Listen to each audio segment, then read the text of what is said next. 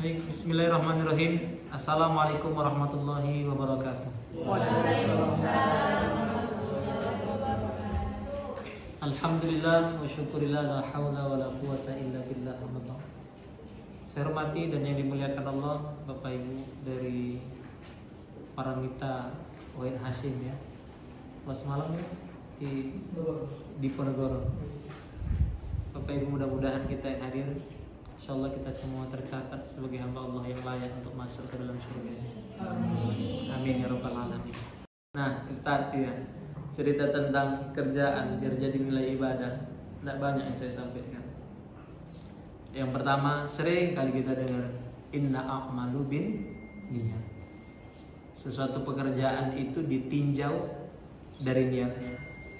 Yang pertama, Bapak Ibu yang dirahmati Allah Subhanahu wa taala, sering saya sampaikan bahwa ketika kita berdoa, ketika kita bekerja, yang pertama agar bernilai ibadah itu, Bapak Ibu yang dirahmati Allah Subhanahu wa taala, niatkan kita bertanggung jawab untuk diri sendiri, kemudian bagi yang sudah berkeluarga bertanggung jawab juga untuk keluarga.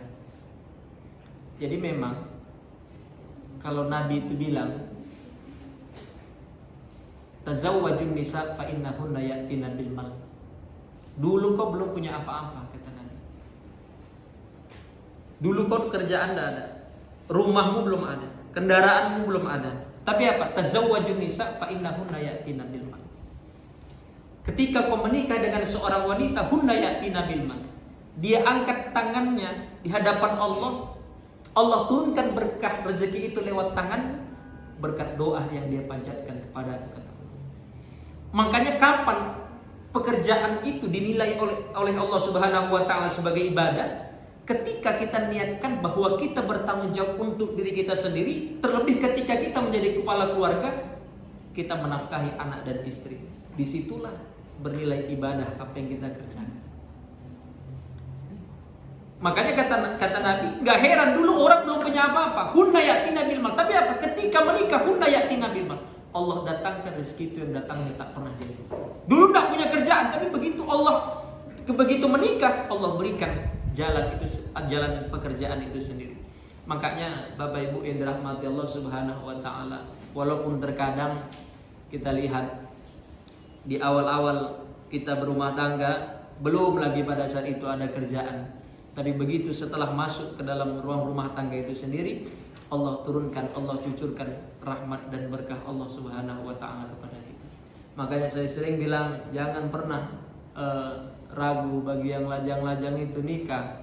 Kenapa? Kalau udah nikah akan ada aja rezekinya dikasih Allah Subhanahu wa taala. Amin ya rabbal alamin. Di sini ada yang lajang lagi. Lajang tua atau lajang tanggung? Iya.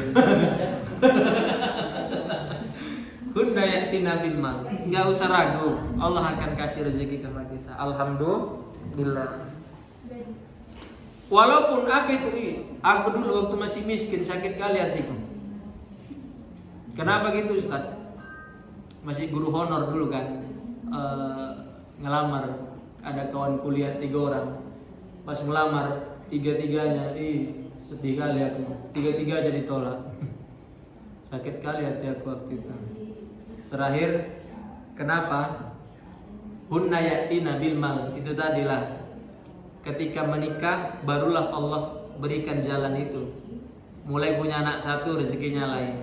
Nanti juga begitu. Yang belum menikah, next rezekinya juga gitu. Nanti punya anak 2, rezekinya lain. Anak 3, rezekinya lain. Coba tanya orang tua kita dulu. Sampai bisa anaknya 6, sampai anaknya 7. Kenapa?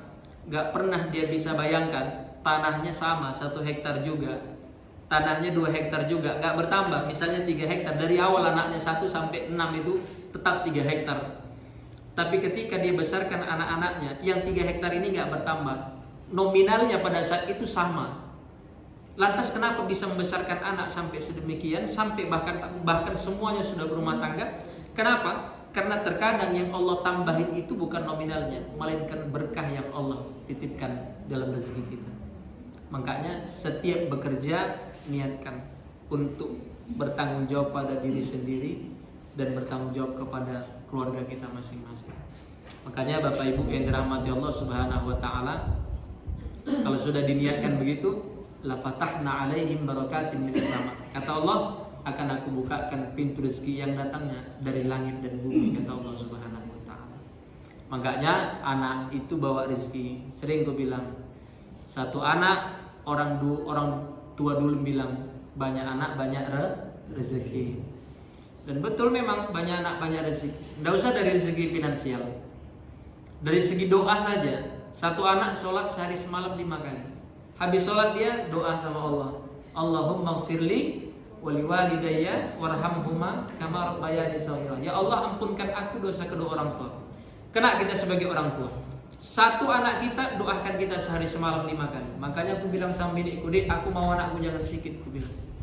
"Berapa mau abang? Paling enggak 7 lah macam Nabi." Enggak sanggup aku sampai 7 bang, katanya. Apalah kau di rumah aja aku nyari, aku bilang. Jadi enggak lah bang, enggak sanggup aku sampai 7 kayak gitu. Ya bang, biar tahu bang, ini anak abang 2 katanya. Ini 1 tahun, ini yang 6 tahun nih SD nih. Ini bang yang SD nih, bangunkannya ini. Mau mati aku mau bangunkan dia nih bang. Pagi bangunkan dia, nyekolahkan dia merengek. Nanti siang mau tidurkan dia, tidur siang merengek. Sore mandikan dia merengek. Malam ngasih makan dia merengek. Diam-diam merengek. Pulang abang pula yang merengek. Ya kalau aku merengeknya kan lain. Iya tapi nggak sanggup aku sampai segitu. Jadi sanggup kau berapa aku tanya? Sanggupku 3 lah bang. Ini perempuan 2, laki-laki 1 aja lah. Biar nggak jadi begal anak-anak kita nanti katanya. Sedikit kali lah itu 3 kali 5 baru berapa? 15 kali anak kita minta ampun sama Allah.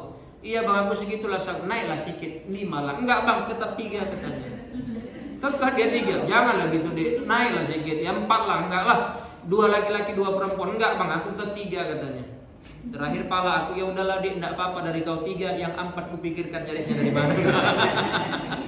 Baru jujur, menangis. Nah makanya abang-abang kakak-kakak semuanya dirahmati Allah. Anak bawa rezeki, istri juga insya Allah bawa rezeki. Makanya tidak boleh laki-laki itu pelit sama bininya. Makin pelit sama bininya, makin Allah sempitkan rezekinya. Tengok tidak percaya. Makanya tidak boleh pelit. Nabi itu tidak pernah pelit. Pelit kemesraan, pelit finansial, tidak pernah. Itulah luar biasanya Nabi Muhammad. Nabi itu nanti datang dia sama Sayyidah Aisyah. Ya Aisyah, ku berikan kalung ini, emas ini kepadamu, tolong jangan kasih tahu sama yang lain. Nanti datang sama Ummu Salamah. Ummu Salamah, ku berikan emas ini kepadamu, tolong jangan kau kasih tahu sama yang lain. Nanti datang sama Maria Al-Qibtiyah, istri Nabi juga. Dikasihkan sama Nabi waktu itu. Maria, ku kasihkan emas ini sama kamu, tolong jangan kasih tahu sama yang lain. Akhirnya apa? Setiap istri Nabi merasa teristimewakan dengan Nabi Muhammad SAW pada saat itu. Makanya artinya apa? Memang Nabi Muhammad itu tidak pernah pelit dia sama istrinya.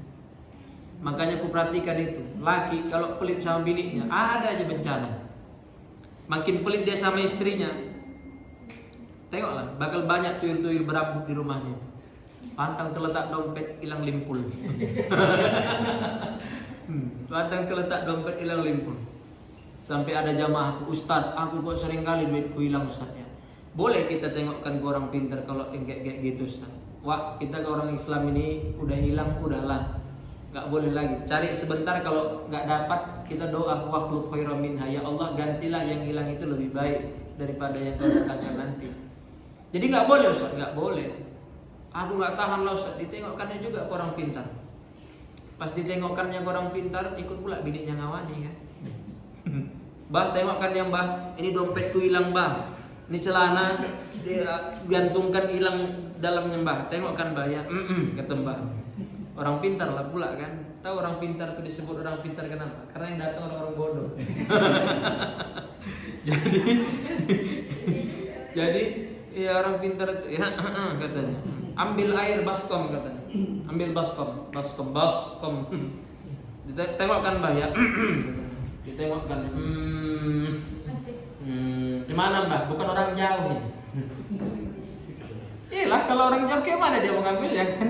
Jadi cemana Mbah? Ini orang dekat nih. Dekat kali Mbah, dekat kali. Cemana ciri-cirinya Mbah? Ciri-cirinya badannya agak gemuk, rambutnya agak pendek. Dik macam kau tengok aja. Memang iyalah katanya. Rupanya bininya juga yang ngambil. Nah itulah. Makanya insya Allah ada aja rezekinya itu. Nah makanya abang-abang, kakak-kakak semua yang dirahmati Allah Subhanahu Wa Taala. Aku gitulah. Aku tengok lagi bini jamaah juga itu di Carrefour lantai 1 itu jumpa gandengan sama bininya. Bang sini makan, aku bilang. Gak dijawabnya, dehem aja deh. Lantai 2 jumpa aku lagi, masih gandengan juga. Bang sini lah makan, sombong kali ya bang, mentang-mentang mesra sama kakak itu, aku bilang. Gak dijawabnya, dehem aja deh. Lantai 3, sombong kali abang ya, mentang mesra sama kakak jalan berdua, aku bilang. Kata. Terakhir besoknya jumpa di masjid, bang, abang kok sombong kali semalam mentang mesra sama kakak itu, aku bilang. Jalan-jalan berdua gandeng-gandengan, masih gandeng-gandengan, udah sombong kali abang sama aku. Apa katanya? Dinda, bukan mesra itu. Kenapa? Iya, kakak kau itu kok ku lepas diborongnya semuanya itu. Makanya ke kanan dia aku tarik, katanya. Ke kiri dia aku tarik. Oh ya bang ya Allah, ngeri kali lah bang. Bini abang itu emang kayak gitu dari dulu itu. Makanya bukan mesra itu. Makanya aku sekarang kalau nengok laki bini jalan berdua gandeng-gandengan tangan, bukan mesra itu. Itu tanda lah bininya tukang belanja. Kalau beda. Iya, bisa jadi. Nah makanya abang-abang, kakak-kakak semua yang dirahmati Allah Subhanahu Wa Taala.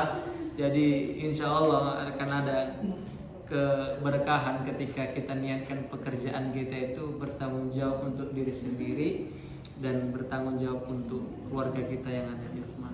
Insya Allah akan datang keberkahan itu dan yang pada akhirnya bernilai dengan ibadah. Kemudian yang kedua, supaya pekerjaan kita bernilai dengan ibadah, apa itu Ustaz? Bapak Ibu yang dirahmati Allah Subhanahu Wa Taala, kata Allah Subhanahu Wa Taala, laula akhartani ila ajalin qarib. Itu kata Allah. Apa yang kau kerjakan, apa yang kau dapatkan, kata Allah Subhanahu Wa Taala, laula akhartani. Semuanya akan kau tinggal. Sebenarnya yang kita cari di dunia ini kan kita tinggal. Tapi di antara yang kita cari itu ada bekas yang kita tinggalkan, sehingga bekas itu yang kita bawa. Makanya Allah katakan, ya ayyuhalladzina amanu anfiqu min thayyibati ma kasabtum.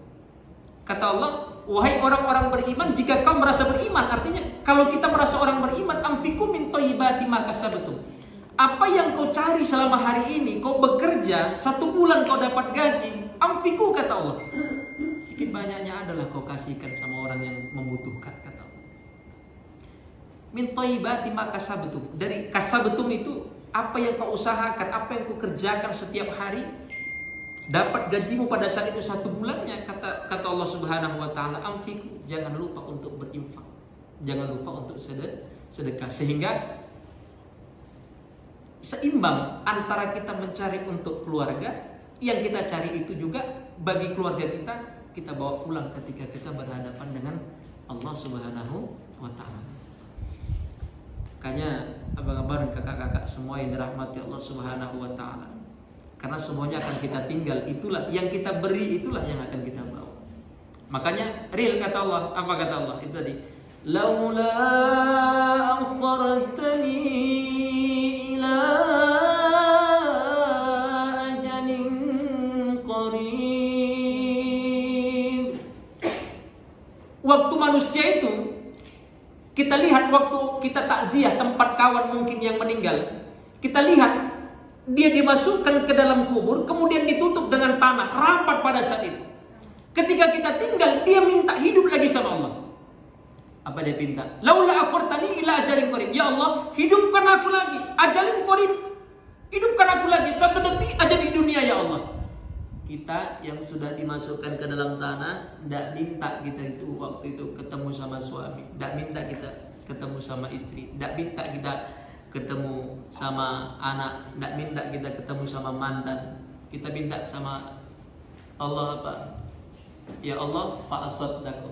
Hidupkan aku lagi 1 detik aja di dunia ini ya Allah. Apa mau kau, kata Allah? Fa'asaddaqu. Aku cuma pengen sedekah ya Allah. Itulah. Orang yang udah dalam kubur, dia hanya minta hidupkan 1 detik aja di dunia, dia pengen sedekah. Tanda bahwa sedekah itu nanti akan kita bawa sebagai bekal kita untuk menghadap Allah Subhanahu wa Ta'ala. Nah makanya abang-abang dan kakak-kakak semua yang dirahmati Allah Subhanahu wa Ta'ala, ada rezeki Bapak Ibu, abang-abang dan kakak-kakak semua yang dirahmati Allah, bersedekahlah. Apa yang kita cari itu untuk keluarga kita, sedikit kita sisihkan untuk sedekah. Karena memang hidup ini agar seimbang, dunianya juga dapat, akhiratnya juga kena. Sholat itu memang dapat pahala kita, tapi belum juga menjamin.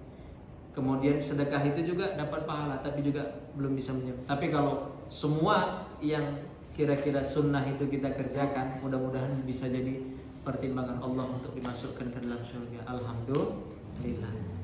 Allah Ustadz ini bilang sedekah-sedekah gitu KCC, apa? Kebanyakan cocok. Saya bukan ujub, bukan ria, bukan sum'ah. Bapak Ibu yang dirahmati Allah, abang-abang dan kakak-kakak, saya sampai sekarang punya pesantren Tahfiz Darul Mafazah dekat Bandara Kuala Namu. Saya bangun sendiri. Kalau sekarang kurang lebih bangunan sudah 1,75 M saya hitung, pengeluaran semua dari mulai beli tanah kemudian bangunan. Di situ saya sekolahkan anak-anak yatim. Karena kita nggak tahu nanti kita mati mereka hafal Quran, hafalannya itulah yang bisa membawa kita untuk tenang berhadapan dengan Allah Subhanahu wa Ta'ala. Banyak anak-anak yatim saya sekolahkan di sana, Bapak Ibu yang dirahmati Allah Subhanahu wa Ta'ala. Sepeser pun dari mulai awal masuk sampai tamat tak pernah saya pinta. Maka Bapak Ibu yang dirahmati Allah, karena kata Nabi luar biasa, memasah, belum lagi ngasih sama anak yatim, kata Nabi, memasah ala ra'sil yatim, kau jumpa sama anak yatim, kau elus kepala anak yatim itu, belum lagi ngasih, kata Allah, masih kau elus, kata Nabi, kau elus aja kepalanya, rafa Allah bikulli sya'ratin darajah, Allah angkat derajatmu, Allah berikan samamu pahala bikulli sya'ratin darajah, 1 helai rambut 1 pahala. Coba bayangkan berapa ratus ribu rambut di kepala anak yatim, segitulah pahalanya untuk kita. Itu masih ngelus aja, belum ngasih. Terakhir waktu karena ngelus dapat pahala, ngelus aja ngundang anak yatim, gue tengok modal ngelus. Kalau anak yatim kan wak kan sini kau. Kenapa? Buka peci kau dulu. Dilus sama waktu. Yang kedua gak gondrong, bukan dilus saja, digonyol lagi. Kenapa? Iya, biar rata ini, digonyol semua itu. Artinya tamparan sebenarnya sama kita. Jumpa sama anak yatim, malulah kalau nggak ngasih apa-apa. Gitunya sebenarnya Allah mau Nabi itu mau bilang sama kita. Makanya parahnya lagi karena kata Nabi 1 helai rambut 1 pahala. Terakhir ngundang anak yatim milih-milih, yang gondrong diundang, yang gondol nggak diundang. Kasihan kali ya dengan anak-anak yatim itu kan. Kita sering bilang gini, jamaah itu sering datang sama saya kan, curhat. Biasalah namanya Ustadz tempat curhat mama-mama. Ustadz doakan Ustadz ya. Kenapa bunda? Anakku Ustadz sekarang tes Ustadz. Dia udah dokter Ustadz, tamat, udah selesai dokternya. Sekarang dia lagi tes tentara, tapi yang bagian dokternya di mana bunda? Di Aceh Ustadz. Doakan Ustadz ya. Nanti kalau anakku lulus, sedekahku sama anaknya. Iya.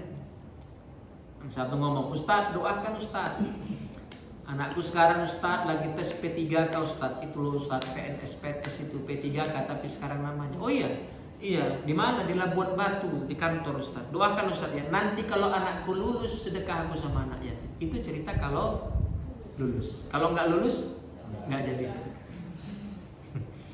Jadi sama kita kadang kalau udah sakit baru teringat, oh iya kata Ustadz itu kalau sakit sedekah, kalau sakit sedekah. Terakhir kalau nggak sakit nggak sedekah. Nanti malam mau operasi, sorenya dipanggil waktu anak yatim, nangis waktu.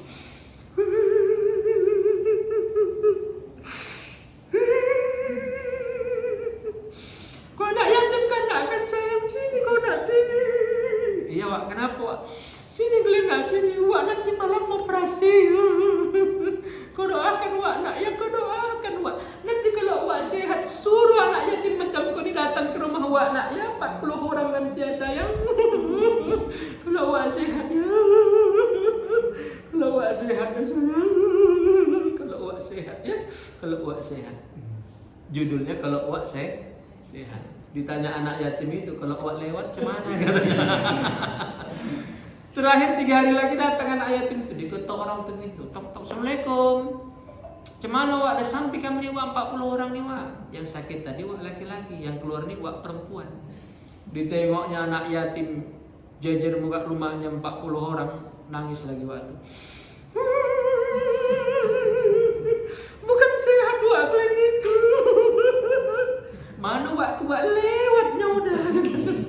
Rupanya udah innalillahi wa inna ilaihi raji'un. Salahnya kita di mana dalam hidup ini? Salahnya kita mau mendapatkan hasil tapi nggak mau menghasilkan umpan. Yang benar kasih dulu umpannya, jemput dulu rahmat Allah, sayang dulu Allah nengok kita, baru kita pinta apa yang kita harapkan sama Allah Subhanahu wa taala. Alhamdulillah. Jadi cocok orang kalau ada grand opening ya, pembukaan apa gitu, kayak mau buka usaha atau apa, contoh buka air depot lah dia. Nah, doakan Wak nak ya sayang. Iya, kenapa Wak? Ini Wak ada rezeki, hari ini Wak buka depot, kau doakan nak sayang ya, biar banyak nanti orang di komplek ini beli depot, beli air sama Wak nak ya. Iya Wak, doakan. Doakan ya sayang, ini rezeki untuk kalian doakan Wak nak ya. Iya Wak. Tapi jangan salah, kenapa Wak? Di muka rumah Wak ini benar juga jual depot. Kau doakan tutup punya dia ya. Oh iya Wak, amin. Aminnya anak yatim itu ketika dia mengucapkan tuhfatul arsy.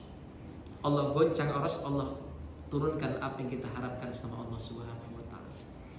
Maka abang-abang, kakak-kakak semua yang dirahmati, begitulah menjalani hidup ini. Dari kalau macam saya dari dulu, dari umur saya itu merit umur 19 tahun, masih kuliah saya udah merit. Itu sama istri kami sekolahkan anak yatim. Ada 5 orang, ya 5 orang anak yatim, semua biaya saya tanggung. Saya buatkan di rumah itu 2 kamar AC, belah. Pagi mereka sekolah, sore menghafal Quran di rumah. Awalnya kecil, dari situ. Akhirnya apa? Oh iya ya, kok nggak buat sekolah aja supaya ruang lingkupnya lebih besar, supaya bisa anak-anak yatim itu lebih banyak yang bisa ditolong. Saya alhamdulillah dari mulai umur saya 19 sampai sekarang umur saya 26 jalan 27 full, saya sudah jadi pembimbing jemaah haji dan umrah dari dulu sampai sekarang. Dan kemarin minggu baru landing dari Saudi sekitar 15 hari. Bulan semalam lebih enak lagi. Saya bawa 17 hari umroh plus Turki, Dubai, Mesir, Maroko dan Yordania. Jadi abang-abang dan kakak-kakak yang pengen tur ke luar negeri mulai sama saya. Nah, makanya abang-abang dan kakak-kakak semua yang dirahmati Allah Subhanahu wa taala, terlebih Turki. Ke Turki di bulan 2 musim salju. Saya insya Allah berangkat. Setiap musim salju ada sekitar 3 bulan. Di 3 bulan itu saya berangkat. Bulan 2, 3, 4 itu musim salju di sana. Nanti naik ke daerah Kapadokia ya. It is my dream mas katanya. Jadi abang-abang dan kakak-kakak semua yang dirahmati Allah Subhanahu wa taala. Sebenarnya Kapadokia itu dari dulu udah ada ya. Cuman karena film itu akhirnya naik lah brandnya. Jadi semua orang mana sih. Padahal kita dari dulu udah sana. Makanya abang-abang kakak-kakak semua yang dirahmati Allah, begitulah hidup ini. Ada kalanya kita mencari, yang kita cari, ada kalanya kita beri, yang kita beri itu akan menyelamatkan kita nanti di yaumil mahsyar. Amin ya rabbal alamin. Jadi itu saja yang dapat kita sampaikan. Abang-abang kakak-kakak, mudah-mudahan yang kita sampaikan kok berkah untuk kita semua. Amin ya rabbal alamin. Sekian, terima kasih. Mudah-mudahan kita yang hadir diberikan Allah kesehatan selalu, amin. Dimudahkan Allah rezeki kita, amin. Dipanjangkan Allah umur kita, amin. diberkahi Allah hidup kita dunia akhirat, amin. Kelak di akhirat Allah kumpulkan kita beserta orang kita cintai dalam surga-Nya, amin ya rabbal alamin. Sekian, terima kasih. Assalamualaikum warahmatullahi wabarakatuh. Waalaikumsalam.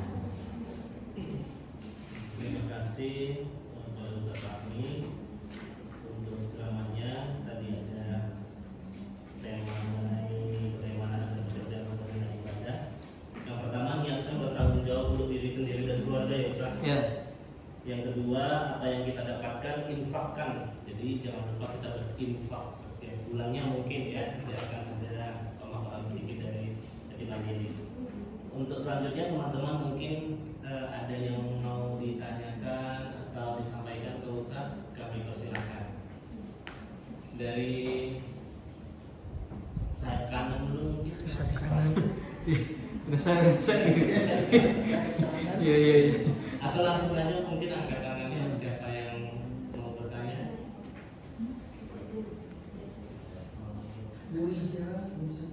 Kak Dian mungkin, Kak Dian mengenai pekerjaan mungkin. Mungkin.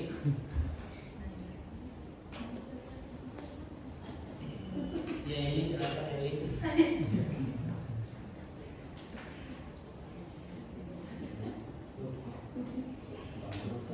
Kanija. Dokter Caca. Juli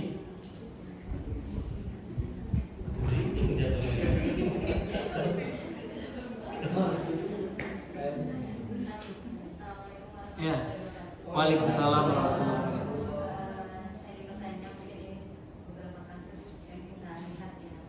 Ketika seorang istri bekerja, suami juga bekerja, itu terkadang terasa kurang. Ketika suami saja bekerja itu terasa cukup.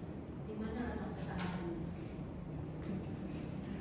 Apa dia tidak salah? Dan gimana cara kita supaya memperbaiki itu, gitu, nikmat itu?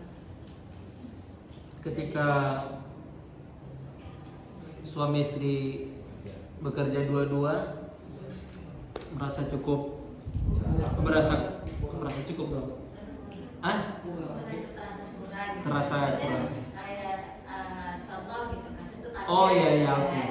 Hanya suami saja kerja, kita tercukupi semuanya. Sementara kita Iya. tetangga sebelah, suami istri kerja, tapi tidak mencukupi semuanya, tidak ada, maksudnya tidak ada harta gitu ya. Iya, benar-benar. Suami istri kerja terasa tidak tercukupi, tapi kalau suami saja yang bekerja semuanya terasa cukup. Ya. Sebenarnya ketika iya sebenarnya ya betul sih, tergantung kerjaan. Kemudian yang kedua, kenapa ketika istri juga ikut kerja terasa kurang? Karena pulang kerja kadang-kadang nggak langsung pulang. Nongkrong sana, nongkrong sini, diajak kawan. Tiko di mana? Kamu di sini loh. Iya, itu buat pulang. Gitu. Nah, itu merasa kurang. Enggak sih, sebenarnya ada itu kalimat begini.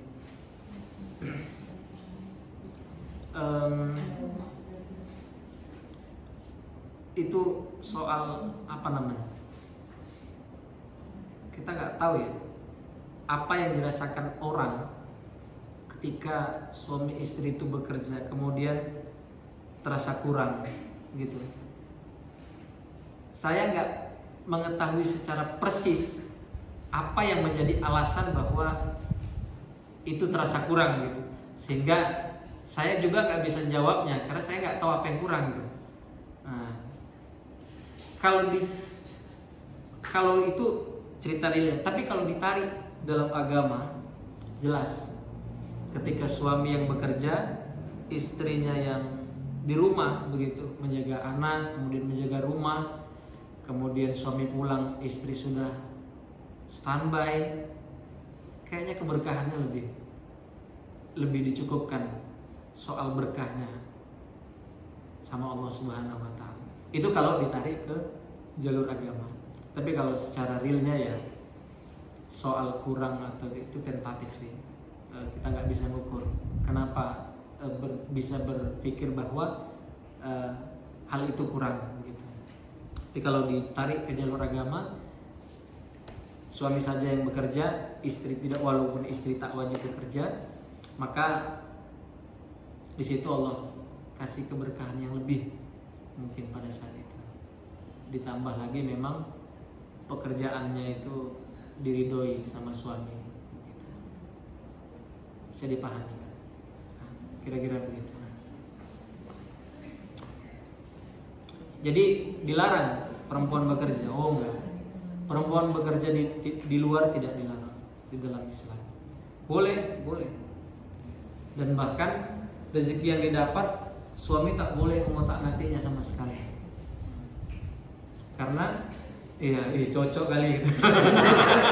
Enggak, antara direkam. Oh ada ini ya. Bagi kalian live streaming gitu.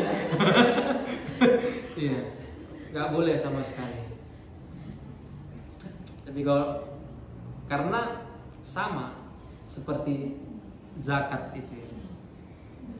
Seseorang itu tak boleh dia memberikan zakat kepada orang yang wajib dia nafkahi. Suami wajib menafkahi istri, tak boleh dia bayar zakat sama istrinya. Seorang laki-laki ada orang tuanya sudah lelah lumpuh tak bisa apa-apa, nggak boleh dia memberikan, mak ya ini zakatku hari ini, nggak boleh. Karena itu wajib dia nafkahi. Tapi kalau istri boleh menafkahi suami. Jadi kalau kira-kira, bang, kamu tengok miskin kali lah kamu. Aku aja yang kerja di Paramita, nggak pala kayak kau ini peningnya aku tengok. Jadi kenapa deh? Inilah ada sedikit rezeki sama aku, udah gajian aku, nah inilah aku zakatkanlah sedikit. boleh bahasa yang dizakatkan. Iya, karena nggak ada kewajiban istri menafkahi suami, yang ada suami yang menafkahi istri. Jadi kalau istri mengatakan bahwa itu zakatnya kepada suami, sah-sah saja. Begitu. Jadi boleh ya, paham? Kau pening kali kau tengok. Udah agak miskin kau sekarang ya. Awak yang namanya nyari sendiri ya syukur ya, walaupun dia nggak ada, awak tetap ada. Gitu. Nah makanya ya keberkahan itu tadi yang diambil, nggak ada masalah. Mau istri tergantung mana ridhonya. Kalau suami mengizinkan di luar kerja nggak apa-apa. Kalau dek kayaknya kita udah cukup lah. Aku udah mulai naik gaji aku, kau udah bisa lah di rumah.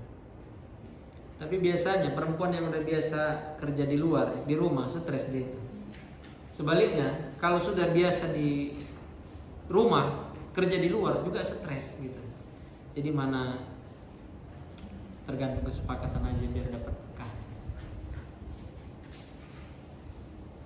Ya boleh. Assalamualaikum warahmatullahi wabarakatuh. Waalaikumsalam warahmatullahi wabarakatuh. Ustaz, saya mau tanya. Ya. Menurut Pak Ustaz, kalau mengerjakan pekerjaan sesuatu yang ikhlas itu seperti apa? Ya. Terus tips dari Pak Ustaz mengerjakan pekerjaan yang ikhlas itu seperti apa? Tipsnya, yes. Pak Ustadz, tengok ini Pak Ustadz. Dia nakal Ustadz.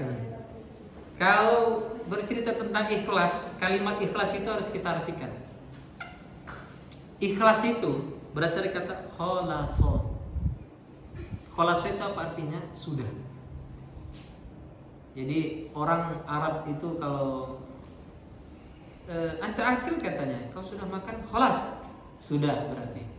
Kalau kalimat ada orang Arab bilang kholas berarti jawabannya sudah gitu.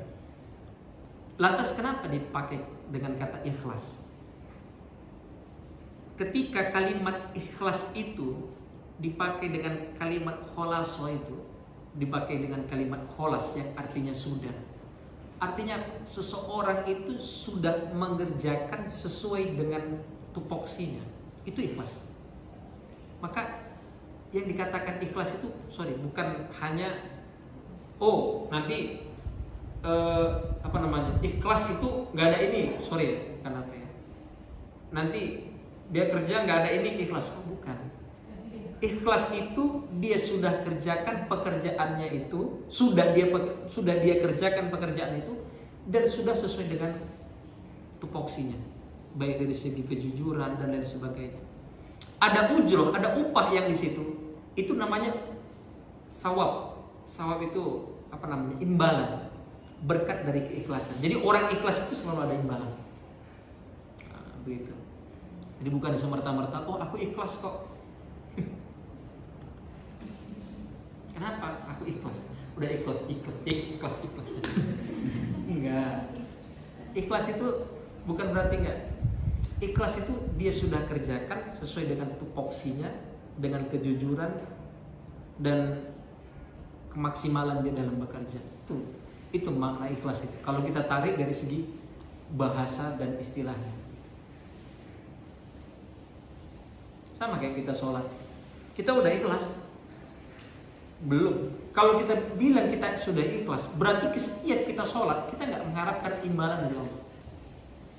Sementara ketika kita sholat kita doa sama, ya Allah masukkan aku ke surga. Sering kan doa gitu. Kalau enggak ngapain? Maka ketika orang mengatakan aku sudah ikhlas sholat itu, maka dia pada saat itu berarti mengatakan bahwa dia sudah sholat sesuai dengan yang diajarkan bagaimana sholat itu sebenarnya. Urusan surga itu sudah menjadi imbalan yang dikasihkan sama kita. Itulah kira-kira makna ikhlas itu sendiri. Bagaimana agar ikhlas? Kerjakan aja lah sesuai dengan tupoksi, kemudian jujur dan lain sebagainya. Bisa dipahami. Udah nih, maaf. Iya. Iya. Ya lanjut saya. Iya, boleh. Lanjut nih. Terus kan Iya. kan Bapak tadi bilang kalau kita sholat gak ikhlas. Terus kita doanya apa? Kan kita bisa doa semoga ini. Iya. Terus doanya Doa. doanya kita mungkin aja. Iya. Jadi kita minta itu gak ikhlas. bukan, salah pengertian ini. Nanti DM aku aja lah. Nanti abang kirim kontak. Iya. Kasih bang. Jadi kalau cerita itu bukan berarti kita tidak ikhlas gitu. Misalnya kita next ketika kita diambil mahsyar, Allah kasih surga, itu imbalan sama kita. Bisa dipahami. Jadi itu beda, kita bedakan doa sama imbalan tadi. Jadi berkat kita ikhlas, berkat kita sudah melaksanakan sesuai dengan tupoksinya, bagaimana sholat itu yang sebenarnya, udah imbalan itu akan datang sama kita. Begitu, itulah makna ikhlas itu. Kalau doa itu sudah lain lagi, sudah beda ranah ya. Doa beda. Itu. Bisa dipahami kan?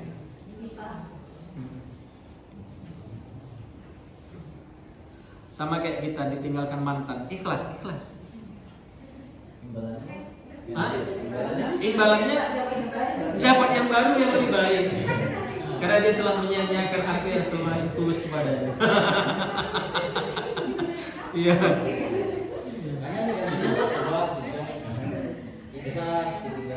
Ikhlas.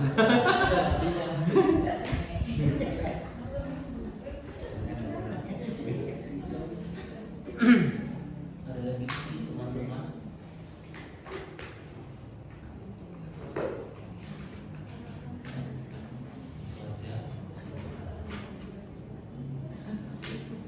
Dari kamu nih, pijar mungkin ada ini, mungkin ada apa? Tapi saya ikhlas kak. Dari Ilham mungkin lah, ya, gimana supaya apa? Abang, serius.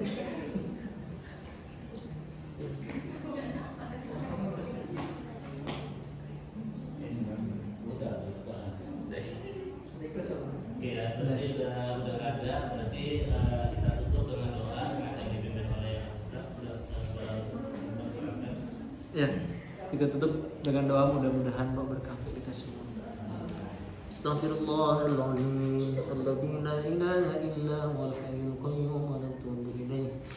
ولا حول ولا قوة إلا بالله العلي العظيم.